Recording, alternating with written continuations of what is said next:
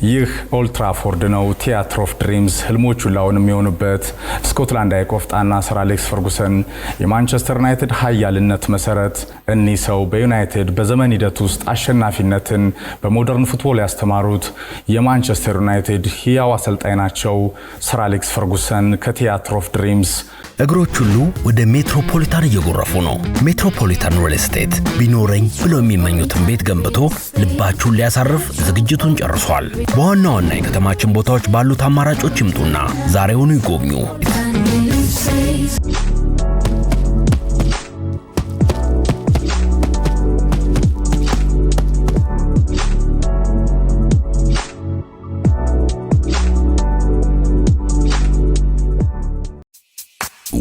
የኢቢኤስ ቴሌቪዥን ተመልካቾች ይህ በስክሪኑ ላይ የምትመለከቱት ትክክለኛው የፌስቡክ አካውንታችን ነው።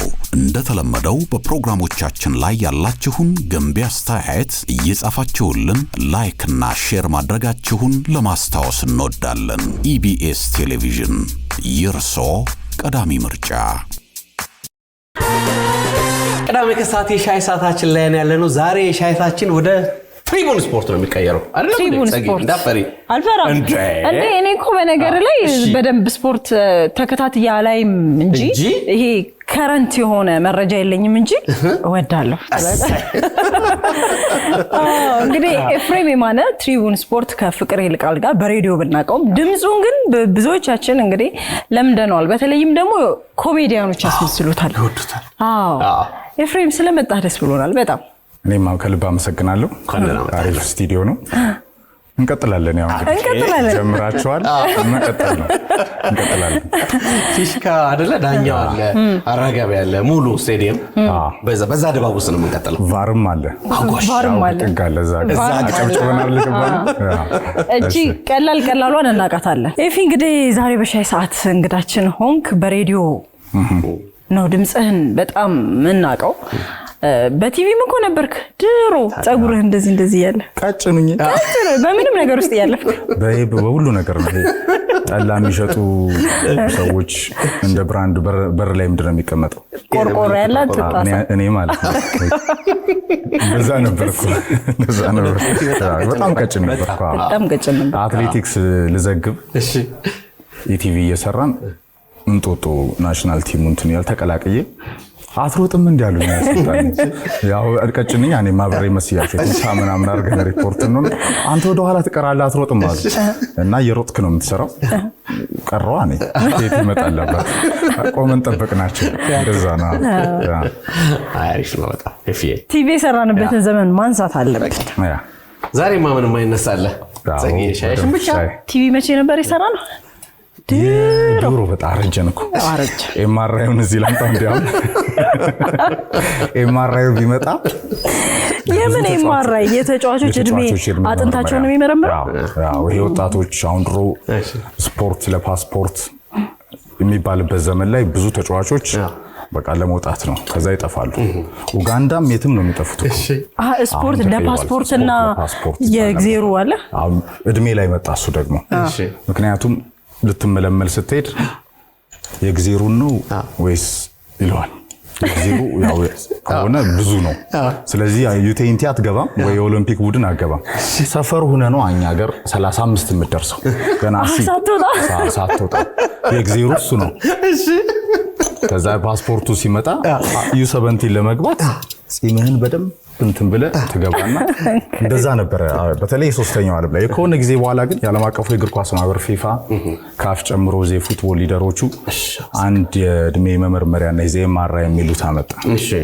እና እሱ በጺም በምን አይሆንም ትክክለኛው ነው። ስለዚህ አሁን እኛ ሶስታችን ብንገባ ዩ20 ብለን ነው ማለት ጌጁ ዛደስ አሁን ቢያንስ ቀንሷል። ለምሳሌ አሁን ናይጄሪያ 5 አካባቢ በልቷል። ትልልቅ ናቸው እኮ የኛ ተጫዋቾች። ለምሳሌ የአርጀንቲና የጋርዚያቶ ቡድን የዓለም ወጣቶች ሻምፒዮና ላይ የነበረው ናሽናል ቲም ያ እድገታችን ነው። በነገራችን ላይ ሲስተሙ ነው። በየትኛው ሲስተም ላይ ተደርሳለ? ትሬንዱ የለም፣ የተዘረጋ ሲስተም የለም። ስለዚህ ፕሮጀክቶች የሉም፣ አካዳሚዎች የሉም።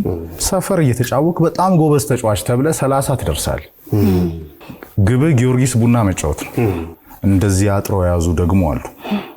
ደላሎቹ አሉ፣ አሰልጣኞቹ አሉ፣ የስራ ኮሚቴው ምን አለና አሁን ዎኪንግ ፉትቦል ነው ያለው። አይደርስም እኮ ኳስ አንዳንዴ አቀብለው አይደርስም ኳስ እና ወጣቶች ሻምፒዮና ላይ እነ አሸናፊ ግርማ በጣም ጥሩ የነበሩበት ሳለ እነ ሳቪዮላ ሮበን የነበሩበት ነው።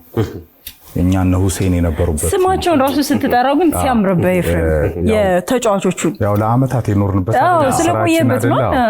አሁን አቁሟል ተብሏል እኮ መሰለኝ ኤፍሬም አልሰማችሁም? ሰሞኑን እሱን መጣ 20 አመታት የኖርንበት ማድሪድ በአርሰናል የሚሸነፍ ከሆነ ኤፍሬም የማነ ጋዜጠኝነቱን ያቆማል አሉ። ግን ብለሃል እድሜ ዘመን ለምን አይሸነፍም አርሰናል? እድሜ ዘመን ለምን ሪያል ማድሪድ አይሸነፍም? እንዴት በኬሪየር የሄድክበትን ታቆማለህ? አሁን ቅድም ያልኳችሁ ሜሞሪ ላይ እንመለስና ናሽናል ቲሙ ጥሩ ነው መጣ። ከሆላንድ ተጫወተ፣ ኮስታሪካ እነ ፍቃዱ የነበሩበት ቲም ነው። ከዛ እነ ሁሴን አርጀንቲና ያጠፉ፣ ጌታውንም አርጀንቲና ያጠፋ። ጌታው ማለት የሆነ ሰዓት አሁን ጎዳና ወጥቶ እንደገና የተመለሰ የኤቦይ አይነት ታሪክ ያለው ከአርጀንቲና ወልዶ ነው በነገራችን ላይ ወዶ እዛው ቀርቶ ነውና በሲስተም ውስጥ ያለፉት እነ ሳቪዮላ እነ ሮበን በፕሮሰስ ውስጥ እንግዲህ በዘመናዊ እግር ኳስ ላይ ደማቅ ታሪክ አላቸው። አሁን ፈጣሪ ቤተክርስቲያን ሄደህ አቷሽ ማለት ስትገባ ስንት ነው ቢል 46 ነው የምትወጣው። አሰልጣኝ ፊት 17 ብትል ችግር የለም። ኤምአርአይ እስኪመጣ ስለዚህ ገላግሎናል። ኤምአርአይ እኛ ጋር ይምጣ ነው። ይሄን ሁሉ ነገር ያነሳው ለምሳሌ እኔ ወደ ኢቲቪ ሶስደው ኢቲቪ በሰራንበት ዘመን ብለን ሶስደው እንግዲህ ኤምአርአይውን ያመጣው ለዛ ነው። የፍቅርን እንጨምረው እንደ ባልደረባይ አይሮጥም። ፍቅርን ማንሳት አሪፍ ነው። ከፍቅር ጋር ብዙ አመት ቆያችኋል? አዎ ከባልደረባይ ፍቅር ይልቃል ጋር ኦልሞስት 10 አመት በትሪቡን ከባድ ነው አይደል? ፓርትነርሺፕ ላይ 10 አመት መቆየት እውነት ነው። ኮሚትመንት አለ፣ ፓሽን አለ፣ መቻቻል አለ። ሳንጣላ ቀርተን አይደለም፣ አለዛ ውሸታም ነኝ ማለት ነው። ትጋጫለህ እኮ በስራ ትጋጫለህ፣ በምን ትጋጫለህ? እዚህ ጋር መሴን ጭምር መሰለ መንግስቱ ያያ ፍሬንድሊ አብረን የጀመርነው እሱ ቅዳሜ ገባ። በጣም ጣቢያውሽ ያለ በስራት ኤፍኤም ሲጀመር የዛሬ 10 አመት ሐምሌ አካባቢ ማለት ነው። ወደፊት ወሰዱልኝ ሐምሌ አካባቢ እሁድኛ ነው የገባ ነው። እንደተጀመረ ነው የገባ ነው። በቃ ዘለን የገባ ነው። ከዛ ጊዜ ጀምሮ አብረን ስንሰራ እና ኮንቴንቱን ክሬት ስናደርግ የቲቪ የነበርንበት ፍቅር እኔ ሪፖርተር ነበር። በዛው ነው የሄድኩትና የወጣሁት 4 አመት አጭር ነው የቆየሁት። ፍቅር ግን እስከ ጣቢያው ምክትል ስራ አስኪያጅ ደርሷል። ሰፊ ልምድ ነው ያለው። በዛ ሂደት ውስጥ ግን አብረን እንስራ የሚል የጋራ ትብብር ነበር፣ ፍላጎት ነበረ። ኮሌክቲቭሊ ያንን ወረቀት ላይ ያወረድ ነው። ከዛ ጀመርነው። ይሄው አለን፣ እንቀጥላለን። ትሪቡን ስፖርት አሁንም ስፖርት ለመከታተል ትክክለኛው ቦታ ብለን ጀምረናል። አለን ብለን እንገባለን። ስክሪፕት አለው በነገራችን ላይ እኛ ስራ ጀግኖችን ስንዘክር፣ ሽሮፍራፊ ሰከንዶች ተአምር ስንል፣ መጽሐፍቶችን አገላብጠን እንደወረዱ ታሪኮችን ስናመጣ ከሀገር ቤት እስከ ውጭ ነው የምልህ። ወይ ፉትቦል ላይ ብቻ አይደለም፣ አትሌቲክስ ላይ፣ ቦክስ ላይ፣ ሁሉም አይነት ስፖርት ላይ፣ ወድቆ መነሳት ላይ፣ ውጣ ወረድ ላይ፣ ማሸነፍ ላይ፣ ማጣት ማግኘት ላይ ላይፍ ላይን አለው ትሪቡን ስፖርት። ለዚህ ነው ስፖርትን ለመከታተል ትክክለኛ ቦታ ያልነው ቪቪአይፒ ነው። ምክንያቱም ቪቪአይፒ የሚሆነው ስለለበስክ ምናምን አይደለም። ስክሪፕትህ ኮሚትመንት ያንን ይዞ መቀጠል። እስቲ በየቀኑ መጻፍ መቼም ታውቁታላችሁ ጸጊይ፣ በየቀኑ መጻፍ ማንበብ፣ ያንን አሳምረ ናሬት ማድረግ፣ ትንሽ ወደ ኢንተርቴይንመንት መውሰድ። አሁን ብዙዎች የሚከተሉን እኮ ለዛ ነው። አሁን ለምሳሌ የኢማኑኤል ኤቦይ ታሪክ በጣም መሳጭ ነው። ኮትዲቯራዊ ነው። የቀድሞ የአርሰናል ተጫዋች ነው። በኢንቪዚብልስ የነበረ ነው ከነ ቴሪ ዳንኤል ኦነሪ ጋር። በቃ እንዳለ ፋይናንሱን አንዲት ነጭ ያገባና ወደ እሷ ነው የሚያረከው። ወለደ 3 ሸመጠጠችው። ከዛ በኋላ ጎዳና ነው የወጣው። ጌታው መንግስቱ ምልህም ስቶሪ እንደዛ ነው። የመን እየተጫወተ ይልክ ነበረ። ከዛ በኋላ እሷ እንደዚህ ሆነ። እሱም ስቴዲየም ካርቶን አንጥፎ ተኝቶ ያውቃል። አይ ቲንክ እዚህ ቤስ ላይ ያውም የሰይፉ ፕሮግራም ላይ ቀርቧል አስታውሳለሁ ጌታውንና ስፖርተኞች አሉ። በዚያም ብላክ ሂስትሪ መንዝ ላይ ፌብሩዋሪ ሲመጣ ከመጀመሪያው ቡጥኛ ጃክ ጆንሰን አንስቶ ገባህ በቃ ከነጭ አይጫወትም ከሚባልበት ከአርበኛው ክለብ ቅዱስ ጊዮርጊስ አንስቶ አራዳ ጊዮርጊስ ነው የተመሰረተው። ፈረሰኛው የጥንት የጠዋቱ ያው ታውቀዋለህ ካንተ ፕሮግራም ጋር በደንብ ይሄዳል። በጣም ገባ ያ የነ አየላትናሽ ጆርጅ ዱካስ ታደሰ ጌጤ የመጀመሪያው ቅዱስ ጊዮርጊስ ግብ ጠባቂ ከፌዴሬሽን በፊት የተመሰረተው 1929 ማለት ነው። አሁን 89 ዓመት አካባቢ ሆኖታል ጊዮርጊስ። በዛ ቀለም ውስጥ እንግዲህ ስፖርት ሲስፋፋ ከጠላት ወረራ በኋላ ግሪኮች፣ አርመኖች እና የውጭ ወራሪ ኃይሎች ስፖርትን ሲያስፋፉ የነበረው የነጋሽ ይድነቃቸው ተሰማ ተጋሩ ታላቅ ነው እና እንደዚህ አይነት ስቶሪዎች ሁሉ አሉት ትሪቡን ስፖርት። የእናንተን ስፖርት ተወዳጅ እንዲሆን ያደረገው ፍቅር ነው ምልህ የሚያቀርብበት መንገድ ድምፁ ተራካዎቹ አንተም ደግሞ እንደዛ አሁን ያንተ ድምጽ የተለየ ከለር ይዞ ለመድ ነው በደንብ በቃ ውድር ነው። ተጫዋቾቹ ኳሱን ጨዋታውን ብቻ ሳይሆን የተለያዩ ታሪኮችን ከስር ከመሰረቱ አምጥተ የምታቀርብበት መንገድ ነው ኤፍሬም የማነ የሚል ስም እንዲሰጥ ያደረገና ኤፍሬም እንግዲህ ስፖርት ጋዜጠኛ ነህ። መነሻህን እናንሳ እስኪ። እዚህ ጋር እንድትደርስ መጀመሪያ ፍላጎቱ ነበረ? የጀመርክባቸውን ጊዜያቶችና ምናልባት የተፈተንክበትም ነገር ካለ ወደዚህ እንድትገባ ወደዚህ ሙያ ስንት ነው ያለው? 20 ዓመት አልከ? 20 ዓመት ለዚህ ነው እኮ ቅድም ማድሪድና አርሰናል የማራውን ቢመጣ ነገር ስላልዋሸ ኢዋይ ፕሮዳክሽን የተሰኘ ማስታወቂያ ላይ ኢቨንት ላይ በደንብ የሚዲያ ኮሙኒኬሽን ስራ ላይ የሚሰራ ትልቅ አንድ ካምፓኒ አለኝ።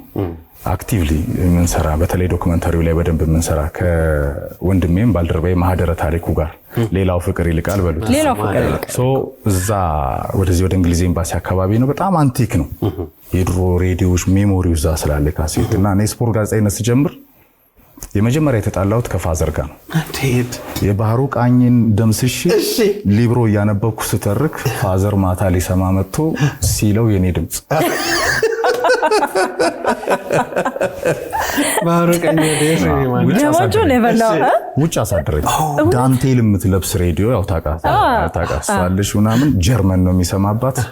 ከዛ ውጭ እና ዓለም ነዋሴ ኦፍ ኮርስ ወቅታዊ ላይ ነው። ብዙ ጊዜ የአፍሪካ ዋንጫ፣ ዓለም ዋንጫ፣ አውሮፓ ዋንጫ ሲመጣ ነው። እነ ደምሴ ሰኞና አርብ ነው የሚያቀርቡት። ራሷ ኢንትሮዋ መግባት ሰላም ሰላም ለኢትዮጵያ ለስፖርተኞቻችን እዛ ነው የሚገቡት። በቃ አይገርምም አለ ሜሞሪ እና ያኔ 3 ሰዓት ለምሳሌ ሰኞ ምሽት 2 ሰዓት ዜና ፋይል አለ። የጨረታ ምናምን ማስታወቂያ ከሄደ በኋላ 15 ደቂቃ ነው ጎርፌና ደምሴ የሚገቡት። ጎርፍ ነው የመራው። ሌላው ያልተዘመረለት ያው ጀግና ነው እሱ። ያኔ እንደዚህ ሚዲያው የለም ምኑ የለም፣ ቲክቶኩ ፕላትፎርሙ ምኑ የለም። እነሱን ትሰማለህ። በፓሽን ነው የሚሰሩት ከዛ ጊዜ ጀምሮና እነሱ ናቸው ኢንስፓየር አንደኛ ነኝ ያደረጉኝ አንደኛ። ከዛ በኋላ ራሴ ጋዜጣ ገዛለሁ። እኔ የምማርበትን ደብተር እየሸጥኩ እኮ በኪሎ ሊብሮ ጋዜጣና ኢንተር ጋዜጣ ገዛ ነበር። ከዛ የነ ብራዘርን ላጨረስኩት 3 ወንድሞች መጽሐፍ ሸጥ ነበር። እኔ እኮ ሂሳብ ምናምን መጽሐፍ ነበር ወስጄ ለስኳር መጠቅለያ በቃ። ከዛ ብር ከስሙን ይኳተን ሱቅ ተሸጠው ነበር። አዎ ሱቅ ሽጬ ጋዜጣ ገዛ ነበር። አሁን በጣም ሪች አርካይቭ አለን እኛ፣ በጣም ሪች አርካይቭ አለን። ከዛ ኪክ ኦፍ የጀመረ ነው። ከዛ በነፃ ልስራ በሚል የዛሬ ኦልሞስት ስንት ዓመት ማለት ነው። በጣም አንቺ ይሄ ማራይ መምጣት አትቁጠር በቃ አይ ባህሩ ጋር ልደውል ወይ ኢሳያስ ግራካል አትቁጠር ዝም ብለህ ታሪኩን ንገረና። 3 ቁጥር ከጊዮርጊስ ቤተክርስቲያን ዘነበ ወርቅ ጊዮርጊስ ድረስ ወክ ነው የምታረገው። 50 ሳንቲም ነው ያለኝ። ይሄስ ትክክለኛ ስቶሪ ነው ወይ? እኔ ናሬት ያረኩት ከኪስ ያውጥቼ ናሬት ያረኩት አይደለም። የፈረንሳይ ልጅ ነው። የቅባት ዕቃ ሽጬ ለቁራሌው 3 ቁጥር ባስ ይዤ ዘነበ ወርቅ ድረስ ይዤ ነው እነ ደምሴን ያገኘሁት። ኢትዮጵያ ሬዲዮ ተወርጃለሽ። ታናሏን አወቅሻት ቀጭን ዛረስ በቃ ፀሐይ የመታይደ ሩቅ ናት ደግሞ ወደ ውስጥ ግቢ ደግሞ በር ላይ ደርሳኮ ስቱዲዮ ድረስ ራሱ እና ማንም አያውቅም። እንዴ ካሴት ምናምን እያልክ ከቤተሰብ እየተጣላህ እየደመሰስክ ምናምን አስቸግረሃል። በቃ ብዙ ካሴት የሄድሮ ካሴቶች ምናምን ፋዘር የሚሰማው ዘፈን ነበር። ባህሩ ቃኝ በተለይ በደንብ ነበር የሚሰማው። ወረደ ሲደሴና ስፖርት ጋዜጠኛ መሆን ፈልጋለሁ ስትል ዝም ብለህ ሄደህ ጥበቃዎቹ አስገቡ። ውጣና ያለኝ አንዴ መምሪያ ኃላፊ ቀጭን ነኝ፣ ፀሐይ መጥቷል፣ ከንፈር ደርቋል። አሁን ያለ ተጽዕኖ አይኖርም። ፓሽን ልነግር ነው። ኮሚትመንት ይጠይቃል። እኔም ሜሞሪ ያለኝ ይሄ ቅዳሜ ከሰዓት እሁድ ቀዳም ሳና በቴሌቪዥን አሁን እናንተ ቅዳሜን ከሰዓት ያለው ትግሬኛ ዳንጋ ኦሮሞኛ የነበረው ፕሮግራም 10 ሰዓት ላይ እስከና አካፑልኮ ድረስ በጣም የዋ ትውልድ አሁን በቅርብ አይታችኋል። ማክስ ምን ሆነ ነው ብሎ ሰይፉ እኮ ነው የሚያዘጋጀው ጋዜጣውን ሆሊውድ አይተሽዋል? ሆሊውድ ሰሞኑን ፌስቡክ ላይ ፖስት ያደረጉት ነበር። የምንን ተማሪዎች አዝነው ለቅሶ በጣም ጥሩ ትውልድ ነበር። ግን ያ እሑድ ድረስ 4 ሰዓት ላይ አብዬ ዘርጋው ሰራዊት ይሰራ የነበረው ኢትዮጵያ ሬዲዮ ነው። መስከረም 4 ነው የተመሰረተው። ከአዲስ ዓመት ማግስት ይርነቃቸው መስከረም 1 ነው የተወለዱት። ግን ትውልድ የቀረጸ ነው። ትውልድ የቀረጸ ነው። ገባ ንጉሱ በቃ በንፋሰ ድምጽ ህዝቡ ጋር እንድረስ፣ ትውልዳችን እናስተምር፣ እሴት፣ ባህል፣ ታሪክ እናስተምር። ያለ ትናንት ዛሬ አትደርስም፣ ያለ ዛሬ ነገ አትሻገር። ስለዚህ ይሄንን ስቶሪ በደንብ ሲሰራ እዚህ ንፋስ ስልክ አካባቢ ነበር የነበረው ኢትዮጵያ ሬዲዮና ከዛ ነው ወደ አቡነ ጴጥሮስ ሄደው ከዛ በኋላ ዘነበ ወርቅ ከዛ ያ ሰውዬ ውጣ ያለኝ። እኔ ግን ፓሽን ስለነበረኝ ያን ቀን ወጣው ተመለስኩ። እንደገና ሄዳለሁ ተመለስኩ። የመጀመሪያ ደምሴን ያየሁት ቀን ጎርፌን ያየዋቸው ሰዓት ወረቀት ሞርቶ በቃ ይሰራሉ ዜና። ግን ደምሴ ያለፈበት ስለሆነ ነፍሱን ይማረው ጎርፌም ከድሬዳዋ ሲመጣ እንደዚሁ እሱ ሰለሞን ተሰማ በቀደደለት መንገድ ሄዶ ነው። ስለዚህ እስቲ እንየው ነው ሲል የነበረው ደምሴ እንየው አለ። ነገሩም ታደለም በጥሩ ያነሳዋል ደምሴን በቃ በወጣቶች እድል በመስጠት ሊቨርፑልን ይወዳል። ዳኙ ገላግሌ ብራንድ ነው። ደምሴን ማግኘት እኮ ምኑን አለ አንተ ያኔኛ የነበረን ፓሽን። እኔ አልበላም እኮ ምግብ የለም ማን ይሰጣል? ግን ደምሴ አስጠግቶ ነበር ያኔ። ግን ምን ተሰማህ ደምሴ? እንዴ በቃ እኔ ምን አላቅም። በቃ የነበረኝ ማልቀስ ነው የቀረኝ። ማለት በቃ ፓሽን ድምጹን ዝም ብለህ ስትሰማው ከዛ ሬዲዮ ጣቢያ እንዲ ከዚህ ከንቱን ሆኖ ሚክሰር ግቡ ያኔ በሪል ነው ታውቃለህ። በሪል ነው መሳሳት ካለ በመቀስ ቆርጣ በፕላስተር አርገው ምናምን አይሳሳቱም። ቴክኒሻኖቹ ጋር ይሄ ወጣቱ ነው ከሄድክ እንዳትንበዛበዝ በደንብ ሪሄርስ አርጋሃል ተብለህ ነው የምትገባው። ምክንያቱም ሬክት ይዛለ ፕሌት ይዛለ በዚህ ይዘ በአንገቷ ነው እኮ ግባ የምትል ከተሳሳ ከ10 ሊቆም ነው እኮ ያ ነው ገባ። ከዛ ጊዜ ጀምሮ የነበረ ፓሽን ነው የሆነ ነገር የሚያመጣ ሰው። ደምሴ ወጣቶችን የሚያሳድግ ለወጣቶች እድል ይሰጣ። በጣም ጥሬ ስጋ ይወድ ነበር። እጅን ይዞ ጊዮርጊስ ድረስ ወስዶ ግን ደምሴ ገና ሲገባ በቃ ይቀመጣል ያዛል በስልክ። ያኔ ሞባይል ምን የለም ማዞ ነው የሚሄደው። እጅን ታጥበ ልሰፍርበት ስትል ቁጭ በል ሌላ ይመጣል አንተ ነው የሚል። ብቻውን እኮ ነው 2 ኪሎ ብቻውን። በጣም ነው ጥሬ ስጋ ምሳ አይዞ እኮ ደምሴ ስትከፍቺው ጥሬ ስጋ ነው እውነት። እና ያ ምንድነው ከታለንት ጋር ከፓሽን ከሀገር ፍቅር ጋር እና ማን እንደ ደምሴ ዳምጤ ቀጥታ ስርጭት ይሰራል። ደምሴ ፕሮፌሽናል አይደለም ይሉታል። የኢትዮጵያ ናሽናል ቲም ሲሸነፍ ስለሚያለቅስ ስሜታዊ ስለሚሆን ዛ አሁን ለምሳሌ ሞደርን ፉትቦል ላይ ፒተር ድሩሪ የእግር ኳስ ሼክስፒሩ ነው የሚባለው። አርትን ከኢሞሽን ጋር አያይዞ በደንብ ታሪክን ከምን ጋር አያይዞ ይገልጸዋል። ያነባል ማለት ነው። ለምሳሌ ሮማ ከባርሴሎና ሲጫወት የቻምፒየንስ ሊግ 2018 ሩብ ፍጻሜ ላሬሞንታዳ ይሄ ካምባክ ሚሽን ኢምፖሲብል እንደሚባለው ነውና ማኖላስ የሚባል አንድ የግሪክ ተጫዋች አለ። አገባ ጎል። ባርሴሎና 4-1 አሸንፎ ኦሎምፒኮ ሜዳ ላይ 3-0 ሮማ አሸነፈ። ያን ያዌይ ማች ጎል ስለነበር ህጉ 4-4 ሆነና ሮማ 1 ጎል ካታሎኒያኑ ላይ ስላገባ አዌይ ማች አለፈና የገለጸበት መንገድ ሮማ ካፈር ተነሳች ማኖላስ የግሪክ አምላክ ከበሮማ ቀበቶች ላይ እያለ እያንዳንዷን ነገሮች ከግሪክ ስቶሪና ከምኑ ጋር ያያይዘዋል። ማዴራ ላይ አሁን ሮናልዶ ሲመጣ የማዴራው ፈልጥሽ ሮናልዶ ከተወለደበት ይጀምራል። ከዛች አይላንድ ይጀምራል። የሮዛሪዮ ሳንታፌው ማጂሺያን ይላል። ሜሲን እኮ ነው ኬት እንደሚጀምር ያውቃል። እዛ ጋር ያለው ምግብ፣ ባህል፣ እሴት አብሮ የሚኖር የነበረበትን ሞመንት በቀጥታ ስርጭት ላይ ያመጣዋል። ዝም ብሎ መጮ ብቻ አይደለም። ጎል አይቆሙም እኮ መቀስ ይዘካል እኮ አይቆሙም እኮ በቃ ፕሌይ ባይ ፕሌይ ውበት አለው። ግን ደምሴ ዳምጤ ዳኙ ገላግሌ ሲል ሴካፋ 81 ላይ ይገላግለናል ሲል አሁን ህዝቡ ዝም ቢል ይሻላል ይጨነቃል ይላል እኮ ላይፍ ላይ እኮ ህዝቡ ዝም ቢል ይሻላል ይጨነቃል ይልሻል ግራውን አሳይቶ በቀኝ ቀኙን አሳይቶ በግራ ይላል ሰጠ ይልሻል እያንዳንዱ ሞመንት ትውልድ ላይ ቀረው ይላል ይመስልሻል አርት እንዴት ይመጣልሻል በዛ ሰዓት ስሜት አይሆንሽ በየዳር ድንበሩ ያኔ እኮ ስርዓት ሊቀየር የደርግ የመጨረሻው ሰዓት ላይ የነበረበት ወቅት ነው ወታደሮች ምኖችን ያናገር ያቃሉ በየጥጉ ላይ ይሰሙ ነበር ሀገርን አንድ ነገር ነው ያደረገው ያሴካፋ ያኔ ነው እዚህ አደይ አበባ ያለው ስቴዲየም ኮሎኔል መንግስቱ አደይ አበባ አሁን መሰረተ ድንጋዩን እሳቸው ነው ያስቀመጡት 100,000 የሚይዘው አሁን 60,000 የሚይዘው አሁን በደንብ እየተሰራ ያለው አሁን በደንብ ለአፍሪካ ዋንጫው እየተሰራ ነው ግን ስንት አመት ፈጀ እኔ ዓለምን ዞር ያለው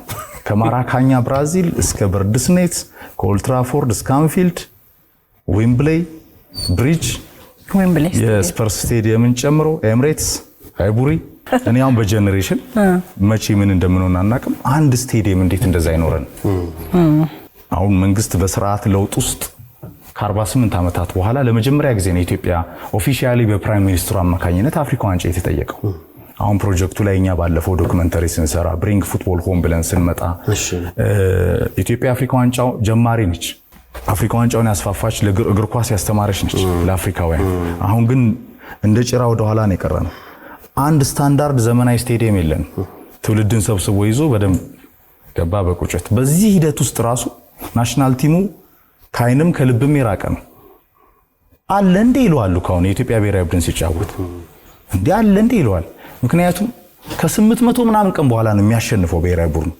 የዩናይትድ ታናሽ ወንድም ነው ናሽናል ቲም ካልተጫወተ ነው የሚያሸንፈው ያስተርጉምልና እና አይሸንፍም ማወቅ አለብኛ አይሸንፍም የኢትዮጵያ ብሔራዊ ቡድን አይሸንፍም 800 ምናምን ቀን በኋላ ነው ያሸንፈው ማንቸስተር ዩናይትድም ካልተጫወተ ብቻ አልነበር እኮ ማያሸንፈው አሁን ገባ ካልተጫወተ አይሸንፍም አለዛ ይሸንፋል አሁን ለዚህ ነው ማለት የዩናይትድ ደጋፊዎች ኦልትራፎርድ ላይ you lose every week you are not special ይላሉ በቃ ስፔሻል አይደለም በየሳምንቱ የተሸነፍክ እንዴት ስፔሻል ትሆናለህ እንዴት አውቶግራፍ ተጫዋቾቹ ታናል ሲገቡ ጠብቆ ፋንንት ሎያሊቲ ከሌለ በስተቀር አሁን ዩናይትድ እንደ ታሪኩ ለማድረግ የተሳነው ነው አይደል ናሽናል ቲማችን ጋም ስትመጣ ኢትዮጵያ ብሔራዊ ቡድን በእግር ኳስ ስርዓት ለውጥ ውስጥ አፍሪካ ዋንጫ የጀመረች አፍሪካ ዋንጫ ያሸነፈች 74 ቤንጋዚ ከነመንግስቱ ወርቁ ጋር ከዛ 31 አመት ሰውነት ቢሻው ጋር ከ9 አመት በኋላ ከውበቱ አባተ ጋር እንደ ጦጣ እንዲየዘለለ የሚገባ ናሽናል ቲም ይኖረን ነበር እንዴ በየሁለት አመቱ ለምንድን ነው በአፍሪካ ዋንጫ ማንካፈለው የእግር ኳስ ክለቦቻችን ስርዓት ጭራሽ ሜዳ የለንም አሁን ናሽናል ቲሙ አይጫወትም ሜዳው ላይ አይጫወትም ለምን ነው የሚጫወተው በፌዴሬሽኑ ዲፕሎማሲ ምክንያት ዶላሮች ይጠፋሉ እልፍ ዶላሮች ይጠፋሉ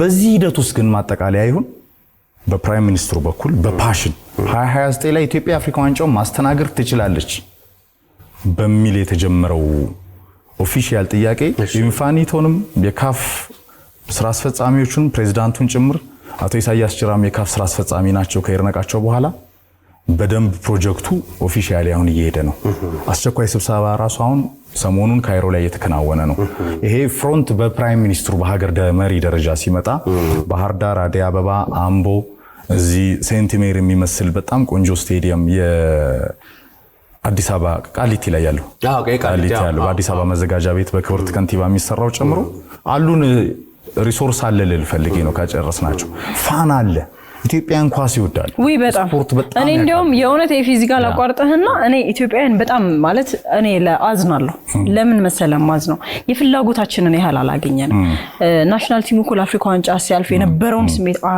እናስታውሳለን እዚህ ጋር አረንጓዴ ቢጫ ቀይ ቀለም አድርገን እኮ ሚሊኒየም አዳራሽ ጨዋታውን ስናይ በቃ የነበረውን ስሜትና በዛ ስሜታችን ልክ በቃ አላገኘም ኢትዮጵያ ህዝብ ማለት ውጤት አላገኘም ለቅዳሜ ጨዋታኮ ሶሪ እንደው ጸጊ ያቋረኩሽ 31 አመት ጠብቀን አፍሪካ ዋንጫ ስንገባ ባልደረባይ ፍቅር ይልቃል አዲስ ህንጻ አዳነ የሚልበት የደቡብ አፍሪካ ለሁለት 10 ሰዓት ቅዳሜ 1 ሰዓት እኮ አዲስ አበባ ስቴዲየም አንድ ሰልፍ ከተበተነኮ አንደኛ ከነበርክ መልሰኮ ስንተኛ እንደምትሆን አስበው ከማናንሽ ካታንጋ ስቴዲየም ያ ድባብ ያ ሞመንት ያ የሀገር ፍቅር ፓሽን ሀገርን አንድ ያደረገ ብሔራዊ ቡድን አሁን ይታል ሬዲዮ አሪፍነቱ ነፃ ሜዳ ነው፣ ማንበብ አለው።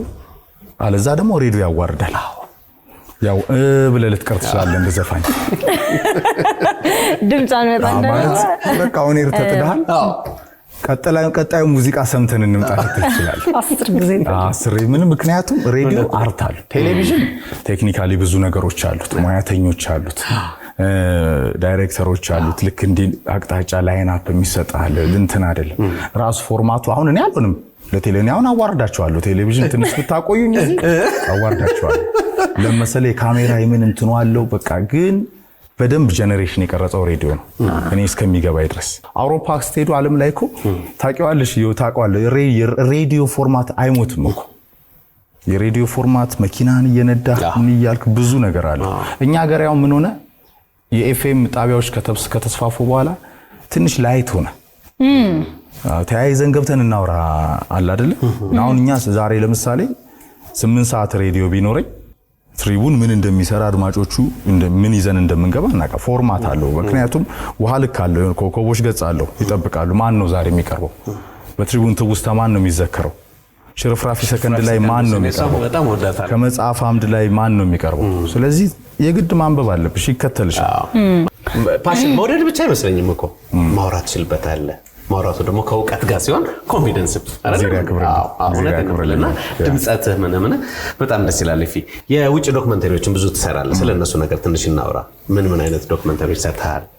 በጣም ብዙ። የመጀመሪያው በኢዋይ ፕሮዳክሽን በጣም ዶክመንተሪዎች ማለት ነው። የስፖርት አለ። በኢዋይ ደግሞ ካልተዘመረለት ትልቅ ዳይሬክተር ማህደረ ታሪኩ ከነጸጉሩ ዘውዴ ነሲቡ ሲመጡ አስታወስካቸው አይደል? እና ማህደር እኮ ረበስማ ምሱቶ በመላ ኢትዮጵያ ዞረን መጀመሪያ በኢዋይ አማካኝነት በጣም አሁንም ድረስ የምንሰራቸው ብዙ ስራዎች አሉ።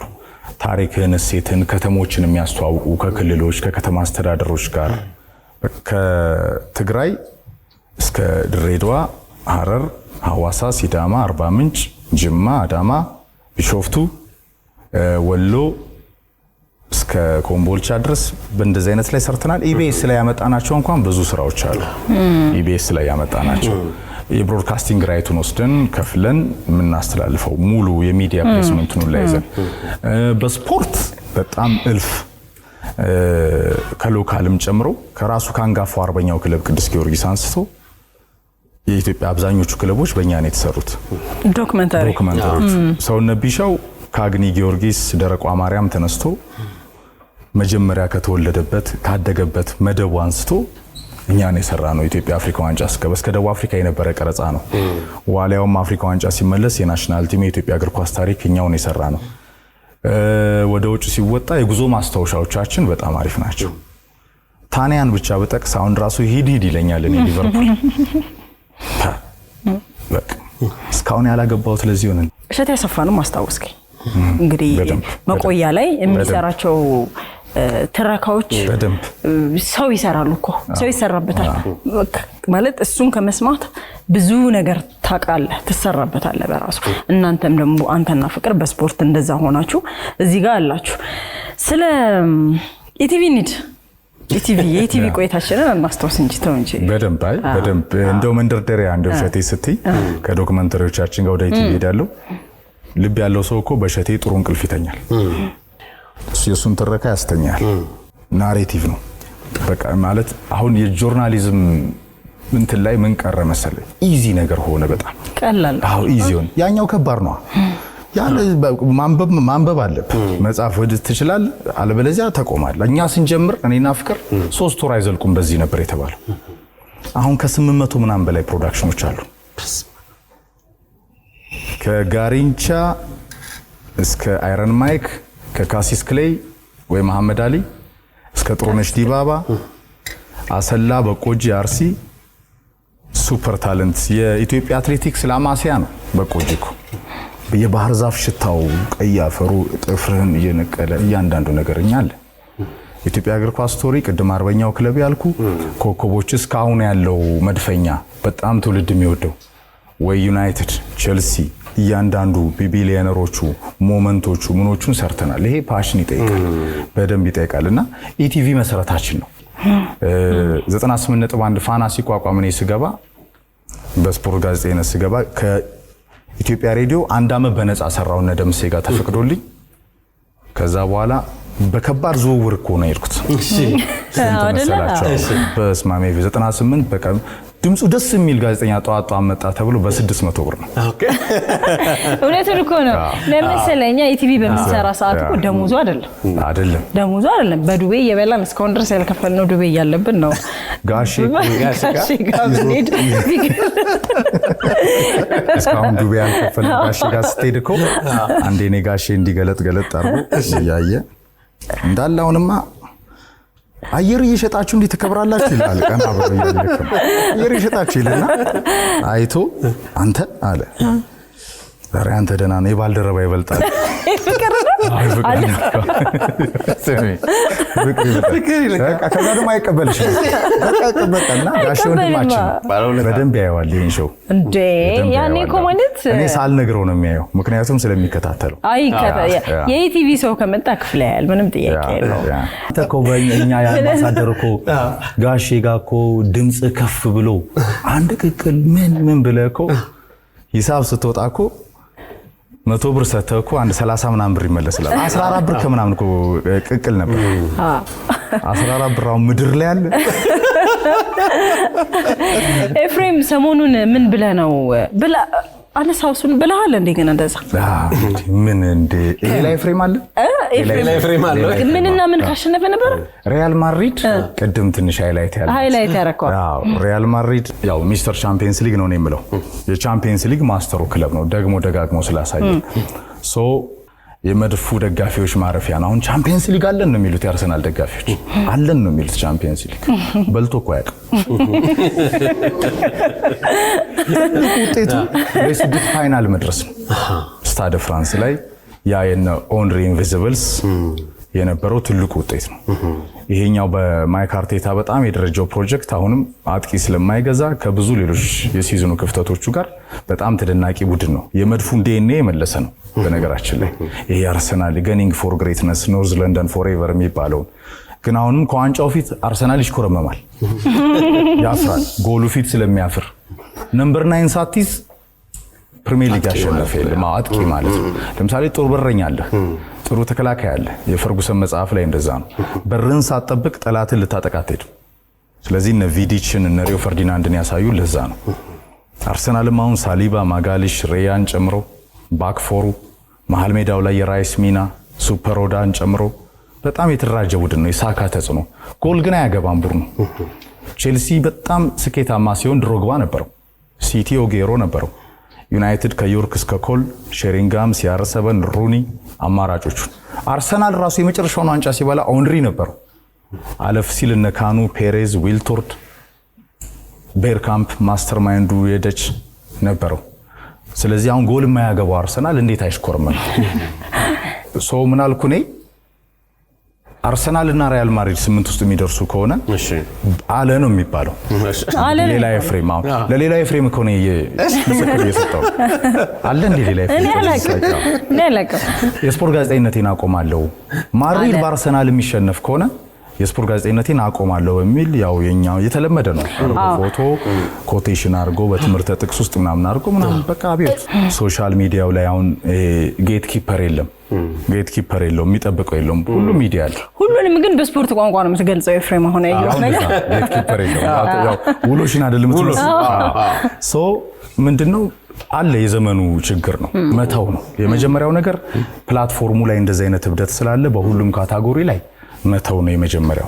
ሁለተኛው ደግሞ በተቻለ አቅም አጭር መልእክት ነኝ፣ በቃ እኛ ስራችንን እንስራበት።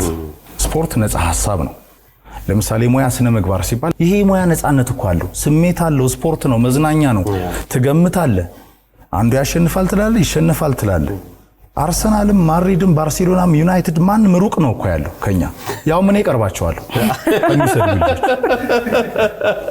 በዚህ ያዝልኝ። ታሪፍ ማሳረጊያ ነው። አይ እንዴ ሳይተርክም በጣም ይተርክ እንዴ ማቋጫ የውጭ ሀገሩ ነው ያው የዶክመንተሪዎችን እሱን ትንሽና ትረካዎችን ጓድ እርገጤ ስተረካቸው በጣም ውብ ናቸው። ሰው ሲያነበውና በሌላ በተተረከ አንደበት ደግሞ ሲደመጥ ሌላ ትዝታው ከፍ ነው የሚለው። እነሱ ነገሮች ትንሽ እስኪ እናንሳ። ናሬሽኑ ያው በቃ አንደኛው ከለራችን ነው። እኔ ለምሳሌ ናሬሽን ሲጀምር ፍቅር ጋር ስንሰራ አብረን እንደው ቢቀርብ እንዴት እንደምታስጠላ እባል ነበር። ፍቅር በተረካዎች በጣም ስለፈለገ ፍቅር በጣም ስፔሻላይዝ አርጓላል እና ወይ እንደ ፍቅር ተርክ። አሁን እኛ ሀገር የተለመደው ዲፍረንት ነገር አይወደድም። እኔ ጆሮ የለኝም ባይዘ በዚህ ከሰማው በዚህ ፈሷል። የሚጠቅመኝ ነው የምሰማው። በቃ ናሬሽን የሚባል ተው አንተ ዝም ብለህ ግባ። የኤፍኤም ፎርማት አለ፣ ድምጽ ያምራል እና ምን አገባኝ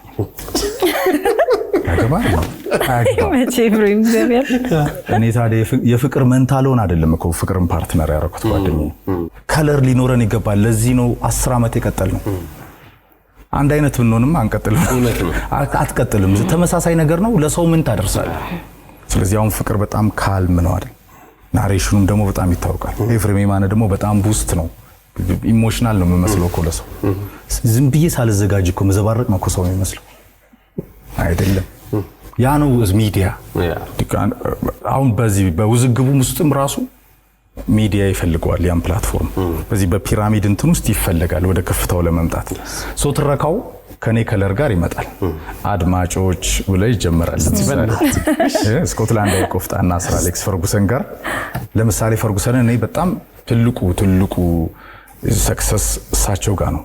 ሞዴል ነው የፈርጉሰን ህይወትና ውጣ ውረድ መጽሐፍ። ማንቸስተር ዩናይትድ ይህ ኦልድ ትራፎርድ ነው። ቲያትር ኦፍ ድሪምስ ህልሞች ሁላውን የሚሆኑበት ስኮትላንዳዊ ቆፍጣና ሰር አሌክስ ፈርጉሰን የማንቸስተር ዩናይትድ ኃያልነት መሰረት። እኒህ ሰው በዩናይትድ በዘመን ሂደት ውስጥ አሸናፊነትን በሞደርን ፉትቦል ያስተማሩት የማንቸስተር ዩናይትድ ህያው አሰልጣኝ ናቸው። ሰር አሌክስ ፈርጉሰን ከቲያትር ኦፍ ድሪምስ ቴክ ሚ ሆም ህልማችንን በተለይ ደግሞ ወደ ቤታችን ውሰዱን፣ ወደ ኦልድ ትራፎርድ ወደ ገናናው መቀመጫችን ማንቸስተር ዩናይትድ ይበቃቸዋል። አልሄደም ግን ክለቡ እየሄደ አይደለም። አሁን እየሄደ ክለቡ አሁን እየሄደ አይደለም።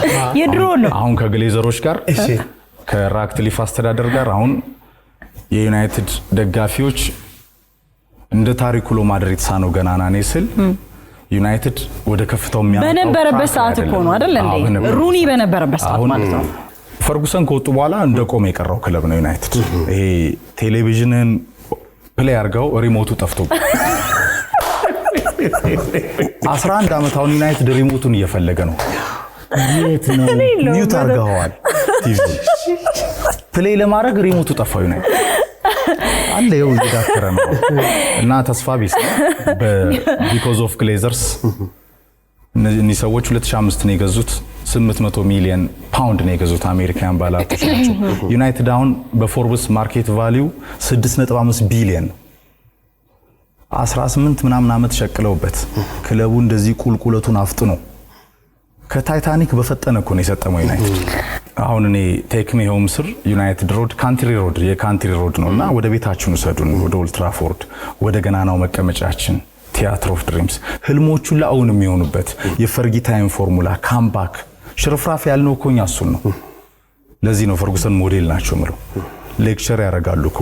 አሁን በታናል ውስጥ ፈርጉሰን ታክቲክ እንደ ጋርዲዮላ አውቀው እኮ አይደለም፣ ሊደርሺፕ ከ4-4 ውጭ እኮ ፈርጉሰን አሰላለፈ ያብ ግን ሊደርሺፕ ስብዕና ዩናይትድ ምን እንደሆነ ደጋፊው ምን እንደሆነ በዛ ሎያሊቲ ውስጥ ማለፍ የገነነ ምክሪያ ለስፖንተን ላይ የጃፓን ስፖርት ላይ ከዛ መተረካቸው አሉ። ጓድ እርገጤ ገነነ መኩሪያ መጽሐፍ ነው መሴ የሚለው ነው የሚያስማማኝ። በደንብ አሁን እኛ ሀገር መሰለ አሁን ጎግል ብታረግ ገብተህ ከኪኮፍ ስቶሪ የለም። በቃ ገነነ ነው የጀመረው የኢትዮጵያ ስፖርት ታሪክ። ለምሳሌ በኢትዮጵያ ተጫዋቾች ዝውውር ላይ በሎምባርዲያ ቀይ ወጥ የሚፈርሙ ተጫዋቾች ነበሩ። የሎምባርዲያ ቀይ ወጥ አበላ አለው ትፈርማለህ ለጊዮርጊስ። የ50ዎቹ 60ዎቹ ላይ ነበረ ነው። በቆሎ ላ ፊርማ እንደነበር የሚነግር ገነነ ነው። አልነበረም ብዬ እኔ ልከራከር አልችልም። ኤፍሬም የማነ አሁን መጥቼ ፓሽኑ ያንን ታሪክ የመሰደሩ ነፍሱን ይማረውና ገነነ መኩሪያ ሊብሮ እያንዳንዷን ሞመንቶች መዘከሩ ጀግኖችን ማስታወሱ ፓሽን ላላቸው ወጣቶች ለመጣ ነው። በትውልድ ሂደት ውስጥ ደግሞ እሱን ዴቨሎፕ አድርገን ሄደናል። ገነነ ግን እንግዲህ አስበው 60ዎቹ 70ዎቹ 80ዎቹ 90ዎቹ ሊብሮ በጣም የገነነው እኮ የተጀመረውም 90ዎቹ አጋማሽ ነው። በጣም የገነነው 90ዎቹ ነው፣ 80ዎቹ መጨረሻ ጀምሮ። ግን ስንት የኢትዮጵያ ተጫዋቾች ገነነ ራሱ ፎንት ነበረው በነገራችን ላይ 6 አይንህ ነው የሚጠፋው አታነበው ከለከለሩ የነ ጋሪንቻን ታሪክ የነ ቶስታውን ታሪክ ሬቬሊኖ ዛጋሎ ይልልሃል እኮ ጠንቃቃው ዛጋሎ ብሎ የብራዚል ስቶሪ ቅዳሜ ናፍቀህ ነው እኮ መገዛው። ለዚህ ነው እኮ የምንማርበትን ደብተር ይሸጥ ነው። እና ማንበብ ነው የምትለምደው። ጋዜጣ እንደ ቲክቶክ አይገለጥም። ገነነ በደንብ ያልተከበረው ያልተዘመረለት ያው እኛ ሀገር ሰው ካለፈ በኋላ ነው ብዙ ጊዜ ያው የራስ ብዙ ነገሮች ሊኖሩ ቢችሉም እንኳን ሰው ካለፈ በኋላ ነው። ግን የኢትዮጵያ ስፖርት አይረሳውም። የኢትዮጵያ ስፖርት ሁሌ ይዘክረዋል። ጓድር ገጤንን ያወኳቸው እዛ ነው። በዚህ በደርግ ስርዓት ጊዜ እንግዲህ በቃ ጨዋታ የክብር እንግዳው ነው ገብተው እኮ በቃ ተጫዋቾች እየተራገጡ ሲቸገሩ ሽጉጣቸውን አውጥተው ወረዱ። ከቪአይፒ ወርደው አስቆሙ ጨዋታው። እንዳለ ሰብስቤ ነው ማስራቸው። እናንተን ከፍሎ የገባ እኮ ጥሩ ጨዋታ ለማየት ነው፣ ወይ ተጫወቱ ወይ ውጡ አሏቸው። አሁን የፊፋ ፌር ፕሌይ ምናምን የጀመረው ከዛ ነው የሚለው ገነነ ገባ። የስፖርታዊ ጨዋነት ተጋጣሚ ማክበር፣ ምክንያቱም ጠረባ ምናምን ነው የሚያው አታከብሩም እንደ ህዝብ ብለው እናንተ አዳሃሪያን ምናምን ብለው በቃ በየግድግዳው ምጽፍ ይሆን እናቃለን ለመንግስት እንትን ለማለት ብለው የክብር እንግዳ ተደርገው መጥተው ነውና ይሄንን ማን ነው ያመጣው? ገነነ ነው ያመጣው እንዴ? አልነበሩም እኔ ልል አልችልም። ልል የፈለኩት ታሪኮችን ስቶሪዎችን ለትውልድ መቅረጽ የሚችሉት እንደ ገነነ አይነት ሰዎች ናቸው፣ የጸኑ ሰዎች። ገነነ ልክ አይደለም የሚል ሰውም የለም። ቢኮዝ ከገነነ ጋር ነበር ግን እንደ ገነነ አልጻፈማ፣ አላየም፣ አልተገበረም። ስለዚህ ገነነ ልክ አይደለም ለማለት አንተ ከየት ነው ድፍረቱን የምታመጣው? የገነነን ፓሽን ማርነቅ ለትውልድ ጸንቶ ያሳረፋቸውን ቁጥር 1 ቁጥር 2 እያለ ያላቸው ለኛ ይው ተረፈኩ። አበበ ቢቂላ እኮ መጽሐፍ የለውም። ኃይሌ እኮ አንድ ጃፓናዊ ፎቶግራፈር ተከታትሎ ያዘው ነው በፎቶ ሰድሮ። ኃይሌ አሁንም ስጠይቀው እኮ ቆይ ፍሬም ባክን ያልሰራውም ገና ይለኛል። እኔ ነኝ አበበ በቤርፉት በባዶ እግር ጽናት። አበበ ለትውልድ የሚቀመጥ መጽሐፍ የለውም። የተተረጎመ መጽሐፍ አለው እንጂ ኢትዮጵያውያን የጻፉት የለውም። ፍልቅልቋ ፈርጥ ደራርቱ እየተሰራ ያለ መጽሐፍ አለ። በእኛ በኩል ኢትዮጵያ ያላት እልፍ ባህል አለ፣ እልፍ ታሪክ አለ። ላይብረሪ የለውም እኮ ሙዚየም የለውም። እኛ እኮ ማራካናዞ ማራካኛ ገብተን ስናይ 1950 የብራዚል ዓለም ዋንጫ አንስቶ ብራዚል ነጩን መለያ ቀዳ ቃጥላ ስትጥል ያኔ ፔሌ እና ጋሪንቻ 9 ዓመታቸው ነበር። ከዩራጓይ ማራካናዞ ጠባሳ ወደ 200 ምናምን ሰዎች ከማራካኛ ላይ የተፈጠፈጡ ነው የሞቱት። ቀድሞ እንደሚያሸንፉ ገምተው ነው የዓለም ዋንጫውን። ዩራጓይ አሸነፈች። ከርስ ነው ብለው ነጩን መለያ ጣሉ፣ ቢጫውን ለበሱ፣ 5 የዓለም ዋንጫ አሸነፉ። ያ ስቶሪ በሃይዳቶቹ ከተባለ አንድ ሙዚየም የብራዚል እግር ኳስ ፌዴሬሽን ውስጥ እንደዚህ በቃ በዚህ በዲጂታል እንትን ውስጥ ነው ያለው። ስለዚህ ብራዚል በቃ መጽሐፍ ላይ ልጅን ስትወልደው ራሱ እኮ ልክ አማርኛ ምናምን እንደሚባለው ፉትቦል አለ። ዛትስ ዋይ ዓለምን የወረሩት። አበበን ሳንናገር አበበ ነው ማሞን የፈጠረው፣ ከዛ ምሩጽ የመጣው ደራርቱ ኃይሌ እያለ ሄደው መጋረጫውን የቀደደው አይደለም ለኢትዮጵያን ለአፍሪካውያንና ለጥቁሮች በሙሉ በባዶ እግር በሮም ኮብሎች። ያ ስቶሪ እንዴት በስነ ስርዓት አይኖርም? በስነ ስርዓት ተሰድሮ እንዴት አይኖርም? ይሄን ያሳዝነኛል። ለማንኛውም እንጨርስ እንጂ አያልቅም ማለት ነው። በጣም አይልብ የሚነካ ነገር ስለ ሀገር ነው ዞሮ ዞሮ ያወራነው፣ ስፖርት ይሁን እንጂ ኢትዮጵያ ነው ያወራነው። ማህደረ ታሪኩ ማንሳታችን በጣም ወድጄዋለሁ። ትልቁን የዶክመንተሪ አዘጋጅና ተራኪ ማህደረ ታሪኩ ጠፍተብናል። አንተ ብቅ ማለት አለበት። ስራዎችን በርግጥ በተጓዳኝ ያየ ነው። ለማንኛውም ኤፍሬም የማነ ከቅዳሜ ከሰዓት የሻይ ሰዓት ጋር ስላደረከው ቆይታ እጅግ በጣም እናመሰግናለን። ጋብዛችሁኝ በኢቢኤስ ስም በሙሉ ባልደረቦቻችሁ ስም በጣም አሪፍ ቆይታ አከናውነናል። ደስ የሚል ጊዜ ነው የነበረን። እንግዲህ የሻይ ሰዓታችን ዛሬ በሬዲዮ በስፖርት ጋዜጠኝነት ትሪቡን ስፖርት ኤፍሬም የማነ ነበር የሻይ ሰዓት እንግዳችን። ጥሩ ጊዜ ያሳለፍን። እናመሰግናለን። እንቀጥላለን። አብራችሁን ቆዩ። Thank you.